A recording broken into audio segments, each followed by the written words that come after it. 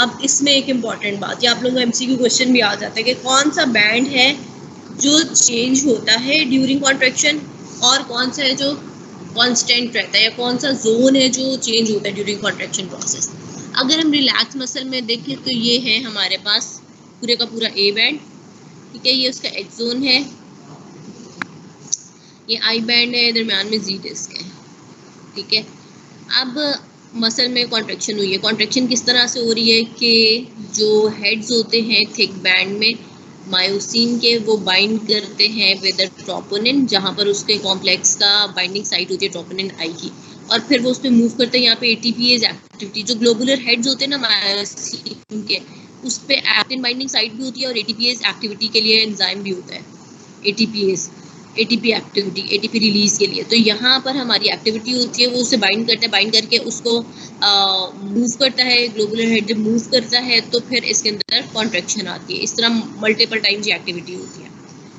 तो जब ये एक्टिविटी होती है तो उस ड्यूरेशन में हम देखते हैं कि जो ए बैंड था, ठीक है, ये कॉन्ट्रैक्टिंग मसल में कॉन्ट्रैक्शन फर्दर इंक्रीज कर रही है और कॉन्ट्रैक्शन, तो ए बैंड जो थ्रू आउट हमारा कांस्टेंट रह रहा है।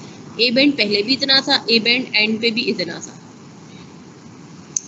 जो उसके दरमियान में एच जोन है ना, वो श्रिंक हो गया, क्योंकि यहाँ पे ये हमारे जो थिक फिलामेंट्स थे पहले दूर दूर प्रेजेंट थे, ठीक है, और एच जोन जो था वो ज़्यादा था। लेकिन अब जब कॉन्ट्रैक्शन हो रही है, ये इसको मूव कर रही है, जब स्लाइडिंग मूवमेंट होती है तो ये थिक फिलामेंट्स जो हैं थोड़े मिड की तरफ मूव करते हैं और एच जोन जो है वो कम हो जाता है,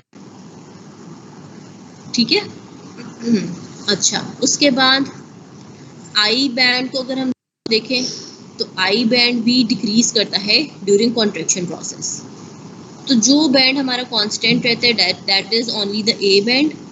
ए बैंड के अंदर एच जोन भी हमारा श्रिंक कर रहा है और अल्टीमेटली कंप्लीटली कॉन्ट्रैक्शन में डिसअपियर भी हो जाता है कि मायोसिन के जो चेंज होती हैं वो दोनों साइड से एक दूसरे को अप्रोच कर जाती हैं, और जो आई बैंड है वो भी नैरो डाउन हो जाता है, वो वाला एरिया जो है वो कम हो जाता है।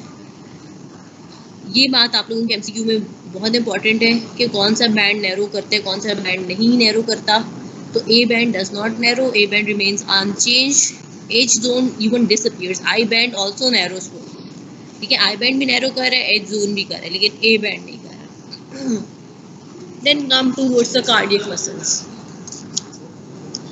कार्डिक की टर्म हमें बता रही है, कार्डिक मसल्स कहाँ पर होने चाहिए? हार्ट में, ठीक है। कार्डिक मसल हमें बॉडी में सिर्फ और सिर्फ हार्ट में मिलेंगे, इसके अलावा कहीं नहीं मिलते। So these are actually the heart muscles. अब इनके ऑर्गेनाइजेशन अगर हम देखें तो हार्ट मसल्स होते हैं वो सिंगल मसल्स होंगे, they are actually branch muscle.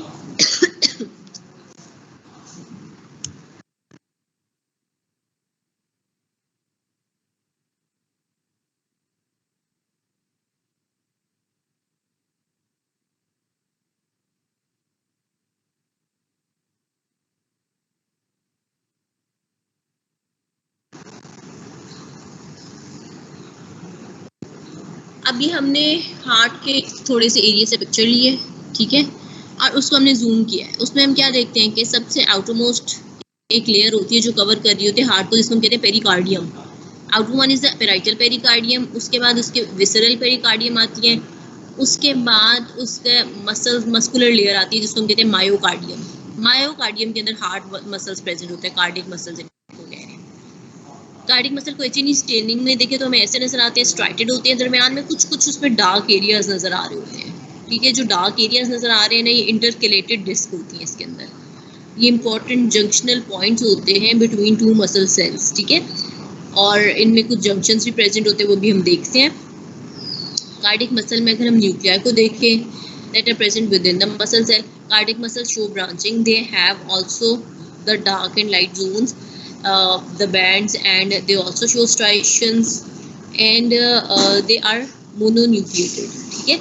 जो हमारे पास स्केलेटल मसल्स है वो मल्टी न्यूक्लिएटेड है, इनमें हर सेल का अपना है, लेकिन हर सेल दूसरे सेल के साथ ज्वाइंड है। अगर हम मल्टीपल सेल्स को इकट्ठा देखें तो वो फिर मल्टीपल न्यूक्लियाई नजर आ रहे हैं, but every cell is joined by to the other cell by means of a junction, that is intercalated disc, and they also show branching, ठीक है, हर सेल जो है वो ब्रांचिंग भी शो कर रहा होता है।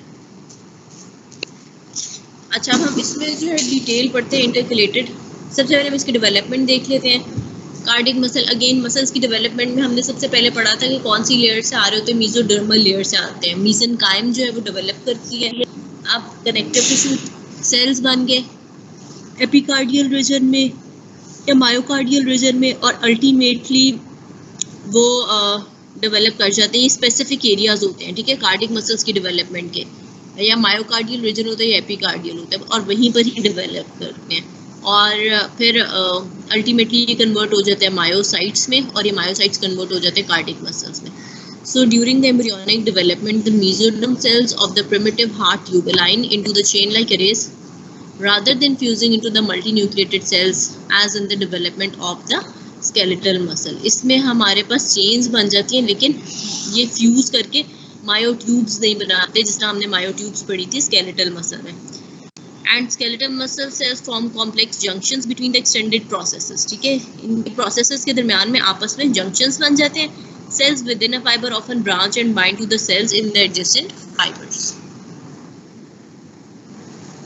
ये इनकी अपीयरेंस है, किस तरह से स्ट्राइटेड होते हैं, शॉर्ट क्वाड्रेंगुलर शेप सेल्स होते हैं, branching fibres, single centrally located nucleus होते हैं, cells connected by the intercalated disc with the gap junctions. अब इंटरकलेटेड डिस्क क्या है, ये आप लोगों का वाइवा क्वेश्चन भी होता है, और इसके ऊपर आपको एग्जाम भी क्वेश्चन आ जाता है कि इंटरकलेटेड डिस्क क्या है, किस तरह प्रेजेंट है, इसमें आप लोगों के कौन कौन से जंक्शंस होते हैं, ठीक है। इसमें 3 मेन टाइप्स ऑफ जंक्शंस होते हैं। डेस्मोसोम्स होते हैं, गैप जंक्शंस होते हैं, फेशिया एडहेरेंस होते हैं। ये 3 जंक्शंस होते हैं ना हमारे इंटरकलेटेड डिस्क में प्रेजेंट होते हैं, और ये हमें अंदर इलेक्ट्रॉन माइक्रोस्कोपी विजिबल होते हैं। अब इसमें भी हम लोग देखें तो इसमें वर्टिकल और हॉरिजॉन्टल जोन्स होते हैं, ठीक है। डिटेल्स के इन जंक्शंस की कि डेस्मोसोम्स और फेशिया एडहेरेंस, यहाँ पर हम देख रहे हैं एडजेसेंट सेल्स के दरमियान जो स्ट्रॉन्ग हो रही है। बेटा आवाज नहीं आ रही सही? मैम आ रही है।